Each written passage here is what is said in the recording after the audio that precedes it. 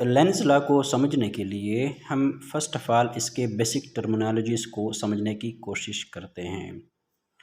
इसके basic terminologies में first of all हमारे पास मैग्नेटिक इंडक्शन और सेकंड मैग्नेटिक फ्लक्स है।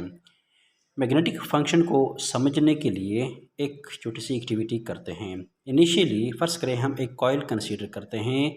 इस कॉइल को हमने गैल्वेनोमीटर के साथ अटैच किया है। एक मैग्नेट को इस कॉइल के क्रॉस मूव करवाते हैं।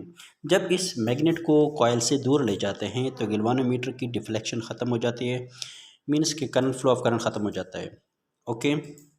सेकेंडली हम मैग्नेटिक फ्लक्स को कि किसी भी यूनिट एरिया में से कितनी number of magnetic field lines pass होती है वो मैग्नेटिक फ्लक्स कहलाता है। मीन्स कि अगर हम इस सर्किट में किसी भी वायर में से किसी भी एरिया में से number of magnetic field lines pass करते हैं तो मैग्नेटिक फ्लक्स कहलाता है।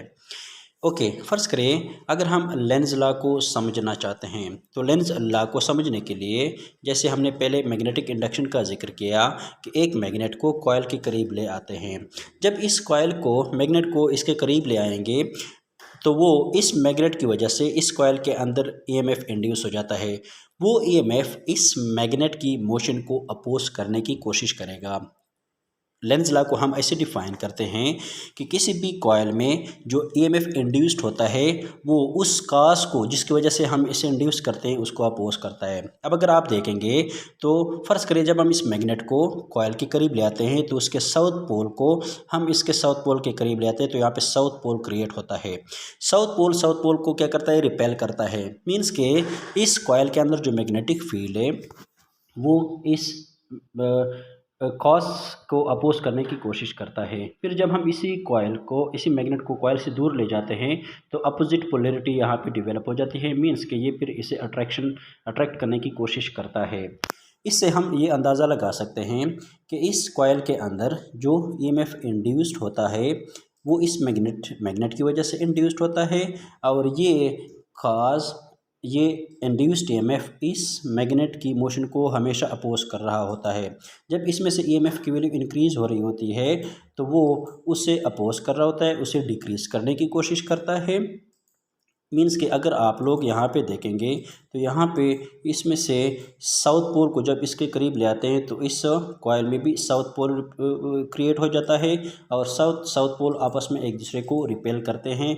मीन्स कि वो उस कास को, रिपल्शन का मतलब ये है कि ये इस कास को अपोज करने की कोशिश कर रहा होता है। फिर जब इस मैग्नेट को दूर ले जाते हैं तो यहाँ पे नॉर्थ पोल क्रिएट हो जाता है। अब अपोजिट पोल्स एक दूसरे को अट्रैक्ट करते हैं। ये नॉर्थ पोल इस मैग्नेट के साउथ पोल को अपनी तरफ अट्रैक्ट करने की कोशिश करता है। मीन्स के जब इसमें से ईएमएफ की वैल्यू कम हो रही होती है तो ये उसे अट्रैक्ट करता है, ईएमएफ की वैल्यू इंक्रीज करने की कोशिश करता है। मीन्स के इस वजह से हम इसको लेंस लॉ कहते हैं कि हर पॉइंट पे जो ईएमएफ इंड्यूस्ड होगा वो उस कास को, जिसकी वजह से हम इस कॉइल के अंदर ईएमएफ प्रोड्यूस करते हैं, वो उस कास को हमेशा अपोज करेगा। अगर इसमें से ईएमएफ की वैल्यू इंक्रीज़ हो रही है तो वो उसकी वैल्यू को डिक्रीज़ करने की कोशिश करेगा, उसे अपोज करेगा। अगर इसमें ईएमएफ की वैल्यू डिक्रीज़ हो रही है तो उसे इंक्रीज़ करने की कोशिश करेगा, उसे अट्रैक्ट करेगा।